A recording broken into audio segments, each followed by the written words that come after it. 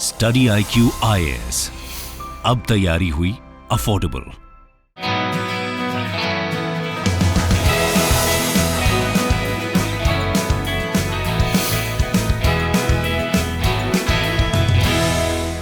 नमस्कार दोस्तों, स्वागत है आप सभी का स्टडी IQ में। मैं हूं आपका दोस्त राहुल साईगांवकर। आज हम लोग एक बहुत ही दिलचस्प विषय पर चर्चा करने वाले हैं। हम लोग राजनीति से जुड़ा हुआ एक डिस्कशन करने वाले हैं।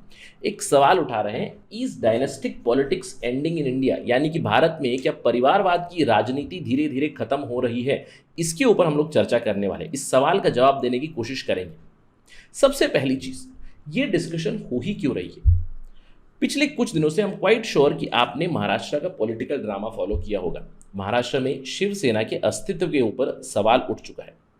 शिवसेना दो गुटों में अभी डिवाइड हो चुका है। एक तरफ है उद्धव ठाकरे एंड कंपनी, दूसरी तरफ है Eknath Shinde and company, who are dubbed as rebels, जो गुवाहाटी में हाउस्ड है अभी फिलहाल।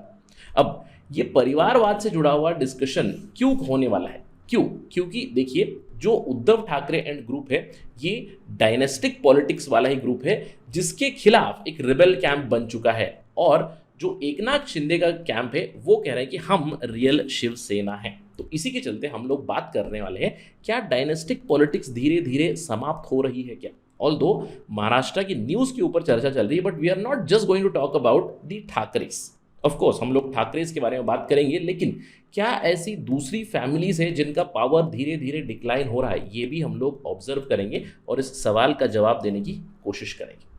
That would be the agenda in this particular discussion. अगर आप political science and international relations के छात्र हैं, अगर आप ये आपका ऑप्शनल है, तो ये डिस्कशन आपके लिए डबली इंपॉर्टेंट रहेगा, क्योंकि डायनेस्टिक पॉलिटिक्स से जुड़ी हुई काफ़ी इंफॉर्मेशन आपको मिलेगी। पॉलिटिकल एनालिस्ट का नजरिया भी मैं आपको यहाँ पे समझाऊंगा। So to get to know all that information, मेरे साथ बने रहिए टिल द वेरी एंड। चलिए चर्चा शुरू करते हैं, लेकिन उससे पहले अगर आप यूपीएससी सिविल सर्विस की तैयारी कर रहे हैं तो आपके पास सुनहरा मौका है। स्टडी IQ ने लाइव फाउंडेशन बैच लॉन्च किया है। लाइव क्लासेस चलेंगी आपकी, जहां पे 10 महीने का आपका शेड्यूल बना हुआ है। 900 घंटे से ज्यादा आपकी क्लासेस चलेंगी। This is going to be a one stop solution for all your UPSC general studies needs, prelims and mains both. Note the date, 11 जुलाई 2022 सुबह 8 बजे ये बैच शुरू हो रहा है। स्टडी IQ का उद्देश्य होता है कि हम लोग क्वालिटी एजुकेशन आपको प्रोवाइड करें एट अफोर्डेबल प्राइजेस। इस कोर्स की कीमत है 25,000 के आसपास कंपनी प्राइस। अगर आप मेरा कोड इस्तेमाल करोगे Rahul live, you will get the entire course for 18,999 only. इतने में तो यार यूपीएससी की मेंस की टेस्ट सीरीज होती है, और इस प्राइस में आपको कंप्लीट कॉम्प्रिहेंसिव कोर्स मिल रहा है for prelims and mains both.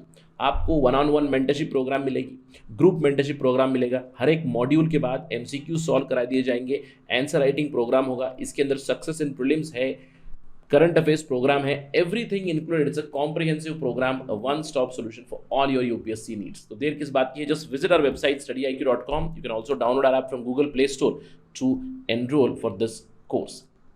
चलिए चर्चा पे वापस चलते हैं।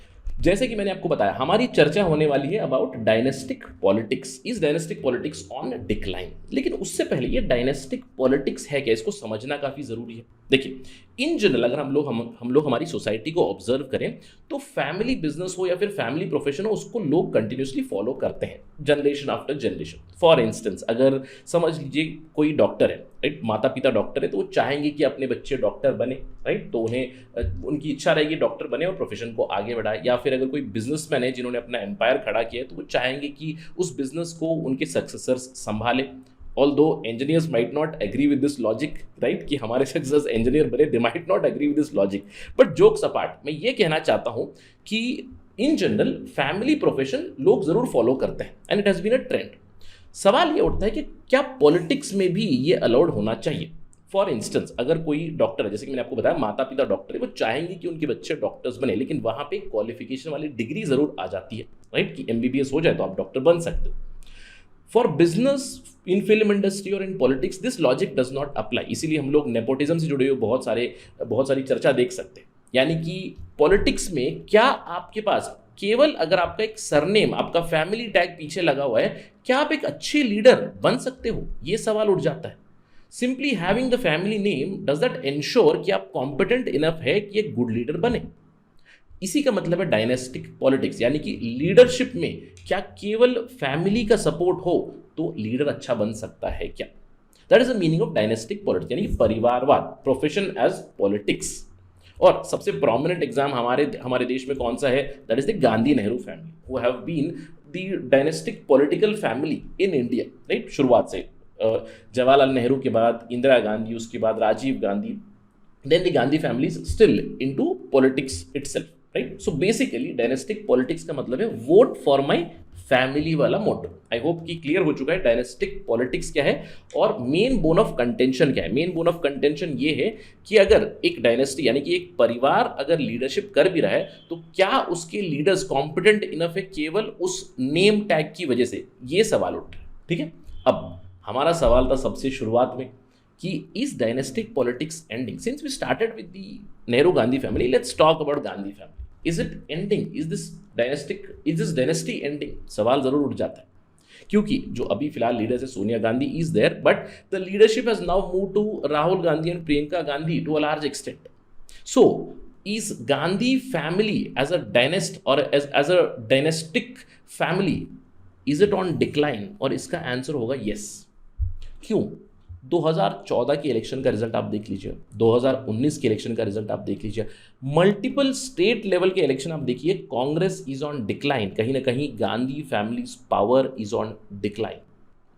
मोस्ट रिसेंटली यूपी के इलेक्शन आप देख सकते हैं जहां पे प्रियंका गांधी प्रभारी थी बड़े रीजन के यूपी में and Congress lost in Uttar Pradesh also. So we can say that Gandhi family and its power has been declining slowly, steadily. So is dynastic politics ending? I wouldn't say completely ending, but Gandhi family's decline has started for sure. We know that. अब इसके अलावा is it just the Gandhis? No. We can talk about the Yadavs from Uttar Pradesh. अब उत्तर प्रदेश में भी मुलायम सिंह यादव और उनके परिवार, that is the dynastic politics in UP, और कहीं ना कहीं they are also decline। फिर से हम लोग उदाहरण दे सकते हैं 2017 के इलेक्शन का, 2022 के इलेक्शन का। 2017 अखिलेश यादव के नेतृत्व में लड़ाया गया था, कांग्रेस के साथ उनकी युति थी, गठबंधन था, लेकिन they were beaten by Yogi Adityanath and BJP. 2022 में फिर से वही हुआ। इनफैक्ट रीसेंट टाइम्स में आपको याद होगा कुछ ही दिनों पहले आजमगढ़ की बाईपोल जो इलेक्शन हुई उसके रिजल्ट आए, वहां पे भी एक एलिगेशन जरूर लगी थी कि आजमगढ़ में अपने परिवार से ही एक कैंडिडेट को टिकट दिया था समाजवादी पार्टी से, जिसके चलते बीजेपी की विक्ट्री हुई, ये भी कई लोगों ने बताया। तो कहीं ना कहीं हम लोग कह सकते हैं Yadavs are also on decline. Not just the Yadavs from UP but Yadavs from Bihar are also on decline. एक समय था जब ये कहा जाता था कि जब तक रहेगा समोसे में आलू तब तक रहेगा बिहार में Lalu, right. The statement has been utterly wrong, क्योंकि Yadavs power is continuously on decline. जब से Lalu Yadav has gone fodder scam case हुआ, उसके बाद Rabri Yadav since time she left politics में कहूँगा एक्टिवली पॉलिटिक्स में इन्वॉल्व नहीं है। जो उनके सक्सेसर्स है तेजस्वी यादव, तेज प्रताप यादव, कहीं ना कहीं इनकी वजह से राष्ट्रीय जनता दल का पावर जरूर डिक्लाइन हुआ है। So is dynastic politics ending? All these things suggest yes may be. केवल यूपी बिहार नहीं, अगर हम लोग पंजाब की बात करें, पंजाब में भी एक बहुत बड़ी political family it is on decline, the Badals. Prakash Singh Badal के बाद कमान संभाली सुखबीर सिंह बादल ने, लेकिन अगर हम लोग पिछले 2 इलेक्शंस देखें पंजाब में, पहली बार उनकी एक लॉस हुई कांग्रेस के हाथों, कैप्टन अमरिंदर सिंह वहां पे सीएम बने, और इस बार रिसेंटली आम आदमी पार्टी ने कंप्लीट लैंडस्लाइड विक्ट्री रजिस्टर की पंजाब में, जिससे हम लोग कह सकते हैं कि Badals have been marginalised. Already काफ़ी सारी एलिगेशंस थी with respect to drug trafficking, law and order situation in Punjab, ये सारी चीज़ें जिसके चलते Badals are not able to maintain that dynastic power. और most recently the Thackerays, Bala Saheb Thackeray के बाद शिवसेना की कमान आई उद्धव ठाकरे के पास, और अभी उद्धव ठाकरे अपने बेटे आदित्य ठाकरे को भी कहीं ना कहीं ग्रूम कर रहे हैं। लेकिन जो महाराष्ट्र में अभी पॉलिटिकल ड्रामा चल रहा है, जिसमें आपने देखा कि जो ओरिजिनल शिवसेना है यानी कि बाला साहेब ठाकरे के बेटे उद्धव ठाकरे, उन्हीं के पास कम एमएलए है, और जो रिबेल एमएलए है वहां पे नंबर्स ज्यादा हैं। Eknath Shinde and company who are now house in Guwahati, उनके पास ज्यादा नंबर्स हैं, जिससे कई लोगों ने सवाल उठा दे हैं, is it the end of the Thackerays at the helm of Shiv Sena? Who will be real Shiv Sena? ये भी सवाल उठ रहे हैं। इस पूरी डिस्कशन के बाद ये और भी स्ट्रांग हो रहा होगा आपका जो बिलीफ है, may be in India dynastic politics is ending. अब if this is the trend then why this is happening, ये क्यों हो रहा है? अगर इस पे हम लोग थोड़ा सा ऑब्जर्वेशन करें, is it because of weak successors? देखिए, जो भी पहले स्ट्रांग लीडर्स थे, सक्सेशन अगली लाइन को पहुंच गई, क्या अगली वाली लाइन इनकेपेबल है? Is it incompetent? क्योंकि अगर हम लोग ठाकरेस की बात करें, जो एकनाथ शिंदे और कैंप है, उन्होंने कई हद तक कंप्लेंट किया हुआ है कि Uddhav Thackeray was not reachable, वो पीपल सेंट्रिक लीडर नहीं थे, उन्होंने हमसे मुलाकात नहीं की, कई सारी प्रॉब्लम्स उन्होंने हाईलाइट की। तो इस चीज से एक सवाल उठ जाता है कि is Uddhav Thackeray incapable as a leader just because Thackeray का नेम टैग मिला है? इससे कॉम्पिटेंट है कि नहीं, ये सवाल जरूर उठ जाते हैं, राइट? लेकिन अगर हम लोग ऑब्जर्वेशन करें, पॉलिटिकल एनालिस्ट ये कहते हैं कि incapability is one of the factors for sure, right? Incapability is one of the factors with people, लेकिन कई बार कैपेबिलिटी के बावजूद भी आगे वाले सक्सेसर्स लीड नहीं कर पाए। One of the prominent example we can give is Akhilesh Yadav, right? Akhilesh Yadav का जो 2017 से पहले टर्म था, एटलीस्ट उससे पहले कुछ साल गुड एडमिनिस्ट्रेशन के एग्जाम्पल्स उन्होंने जरूर दिखाए थे, लेकिन incapability is also one of the factors. But सवाल ये उठता है, क्यों डायनेस्टी के बाद डायनेस्टी अभी पावर लूज कर रही है? पॉलिटिकल एनालिस्ट बद्री नारायण ने ऑब्जर्व किया है कि देश में, भारत में एक मूड बन चुका है परिवारवाद के खिलाफ, और इसका सोर्स है बीजेपी। बीजेपी का जो डिस्कोर्स रहा है परिवारवाद के खिलाफ, बीजेपी ने कंटिन्यूसली अपनी आवाज उठाई है। बद्री नारायण कहते हैं कि नरेंद्र मोदी का जो discourse, prime minister Narendra Modi, उनका जो डिस्कोर्स है परिवारवाद के खिलाफ, it has resonated with the people, और Narendra Modi slogan has been that itself. उन्होंने कई बार इस तरह की जो स्टेटमेंट इस्तेमाल किए हैं, जहां पे माँ बेटा सरकार या फिर बाप बेटा सरकार इन उत्तर प्रदेश, ये लोगों के साथ रेजोनेट हो चुका है, और कहीं ना कहीं लोग क्रिटिकल बन चुके हैं परिवारवाद के खिलाफ। That is the observation and the mood is that itself. Now does this mean is dynastic politics really ending? In general एक मूड जरूर बन चुका है देश में परिवारवाद के खिलाफ, लेकिन is it really ending? We can say no, और we can say we are far away from that. Is common man getting into politics? We are far away from that. क्यों? क्योंकि अगर आप इस इंडिया का मैप देखिए, अलग अलग राज्यों को देखिए, कोई भी राज्य उठा लीजिए, for example Jammu and Kashmir, परिवारवाद का प्राइम एग्जाम्पल होगा अब्दुल्ला फैमिली।